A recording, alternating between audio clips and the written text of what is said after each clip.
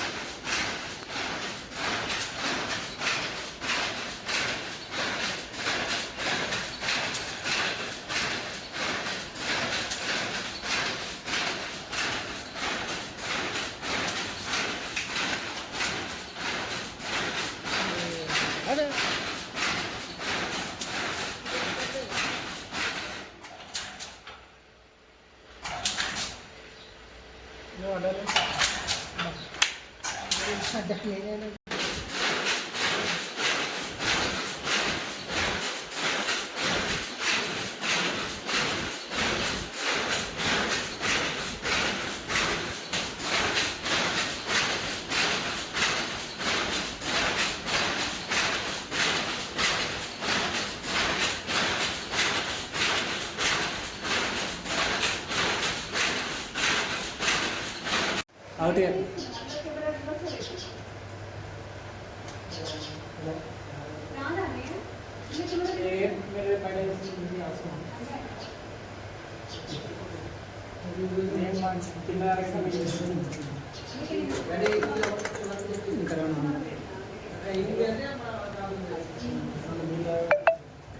ప్రసాద్ మా రాజన్న సిరిసిల్ల జిల్లా. నేను చేనేత కార్మికుని. గతంలో కూడా చేనేత మగ్గంపై అగ్గిపెట్టెలో ఉండే చీర, దపనంలో దూరే చీర, అంతేకాకుండా నేతల ముఖ చిత్రాలు కూడా ఎన్నో నేయడం జరిగింది.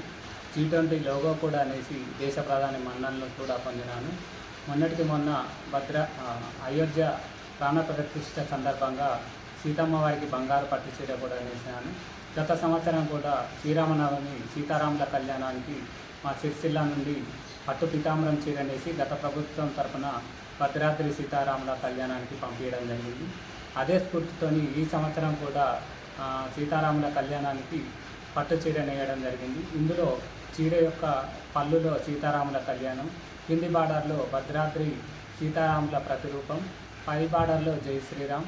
చీర మొత్తం కూడా శంకుచక్ర నామాలు వచ్చే విధంగా దాదాపు 4 రోజుల పాటు శ్రమించి ఈ చీరను నేసినాను. ఈ చీరలో 2 గ్రాముల బంగారం మరియు 150 గ్రాముల వెండి పట్టు దారాలతోని చీర మొత్తం 800 గ్రాములు ఉంటుంది.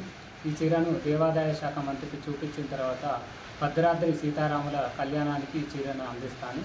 ఇదే విధంగా ప్రతి సంవత్సరం సిరిసిల్ల నేతన్నకు భద్రాద్రి సీతారాముల కళ్యాణానికి పట్టు వస్త్రాలు నేసే అవకాశం కల్పించాలని ప్రభుత్వాన్ని వేడుకుంటున్నాను.